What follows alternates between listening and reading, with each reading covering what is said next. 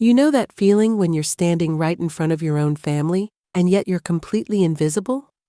That was me, Sophia Hayes, 34 years old, standing at the entrance to the Naval Academy, about to watch my younger brother receive one of the highest honors of his career.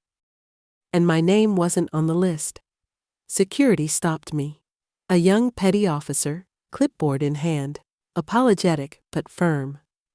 "I'm sorry, ma'am. You're not on the guest list for Lieutenant Hayes." He showed me the screen. David Hayes, Margaret, Jessica. No Sophia, no sister. Just my absence, loud and clear. And then I saw him. My brother, Ethan, stepping out of the black SUV in his dress whites, looking every bit the golden boy our family always believed him to be. He saw me being held back. He didn't intervene.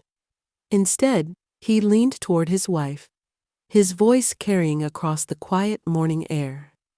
"Probably just a paperwork mix-up. She should have married a real officer." In that moment, something inside me didn't break.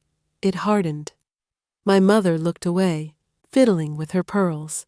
My father scowled, not at Ethan, but at me, as though my presence was an inconvenience. They walked right past me, all of them. No one spoke up. No one turned around. I stood there, completely alone, as my family disappeared behind the gates. But I didn't leave. I stepped into the shadows, not out of defeat, but with a new resolve. Let them believe what they want, because the truth was coming. And it was wearing 2 silver stars. My family thinks I push paper. They imagine me in a beige cubicle, wrestling with spreadsheets and printer jams. What they don't see is the tank, a secure, windowless chamber deep beneath the Pentagon. My battlefield isn't a desert or a sea, it's a wall of glowing maps, satellite feeds, and live intelligence. The night before Ethan's ceremony, I was there, directing a hostage extraction in the Red Sea. 12 civilians trapped on a hijacked oil tanker. A SEAL team minutes from boarding. My voice was calm, clear. "Viper 1, hold. You have secondary movement approaching from the stern. Unmarked vessel. 6 heat signatures. Likely ambush." That call saved lives. One of the SEALs on that mission had previously served under my brother Ethan. The irony?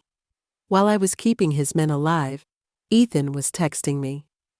"Hope you're enjoying DC, sis. Try not to work too hard on those spreadsheets."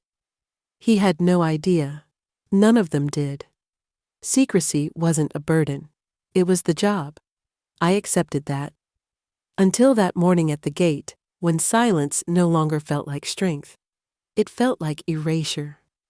2 days later, I sat across from General Miller in his quiet office.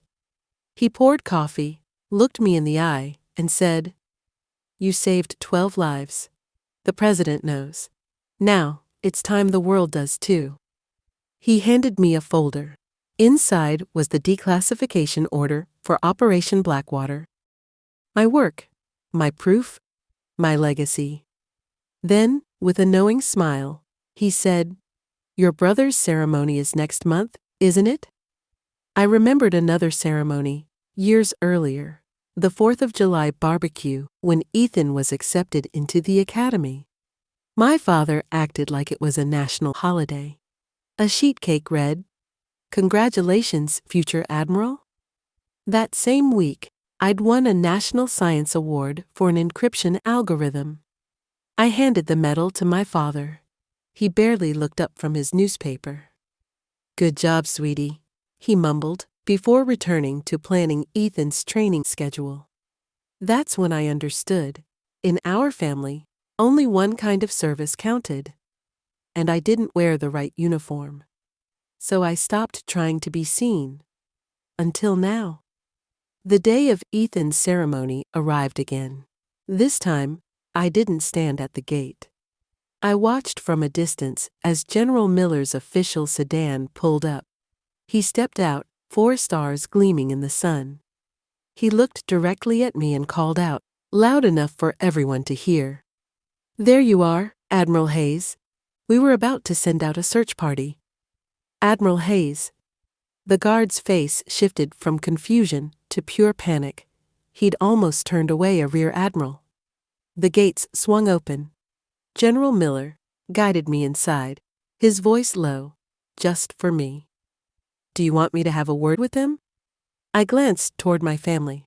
They were frozen, staring. "No," I said, my voice steady. "I have a feeling they'll figure it out on their own." And we walked right past them.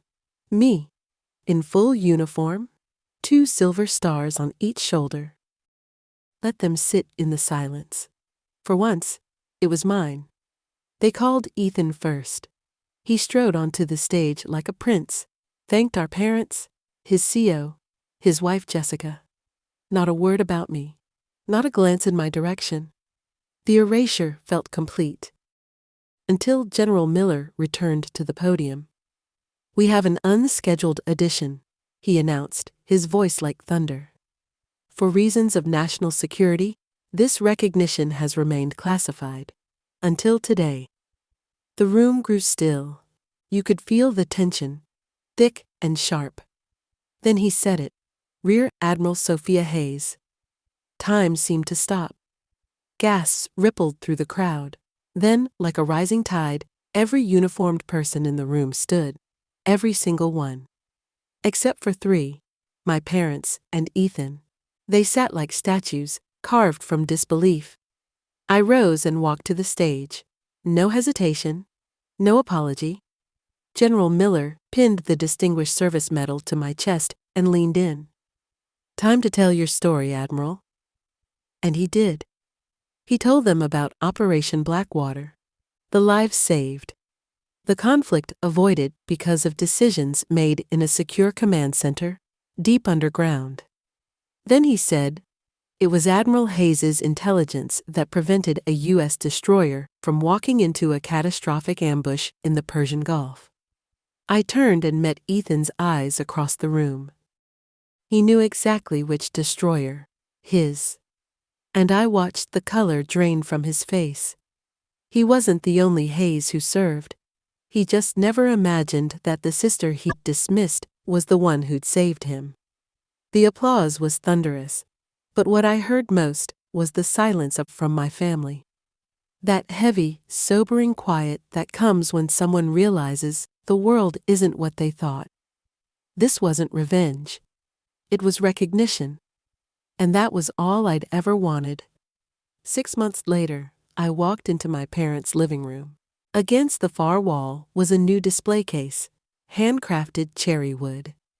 Inside were our family's medals, my grandfather's flag, Ethan's commendations, and in the center, on its own level, my Distinguished Service Medal.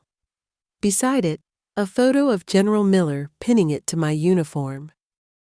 "Your father built it last month," my mother said softly, setting down a plate of cookies.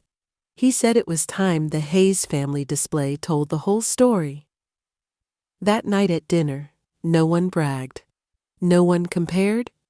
Instead, my father cleared his throat and asked, "Sophia, how do you handle interagency politics at that level? Must be like herding sharks." It wasn't performance. It was interest. Later, on the porch swing, Ethan sat beside me. "I'm sorry," he said, eyes on the dark horizon. "It was never about you. I just needed to be the hero, to feel like I mattered." I smiled, not from superiority, but from understanding. "I spent years thinking I needed this family to approve of who I was," I said. "But the truth is, my worth isn't something you give me, it's something I carry." He nodded slowly. "I'm proud to be your brother." And for the first time, I could say it back with complete peace. "I'm proud to be your sister." This wasn't just victory. It was liberation. If you've ever been dismissed, erased, or underestimated, this story is yours too. You don't need someone else's ceremony to validate your worth. Sometimes, the most powerful recognition comes from within. Drop a key emoji in the comments if you've ever had to unlock your own value.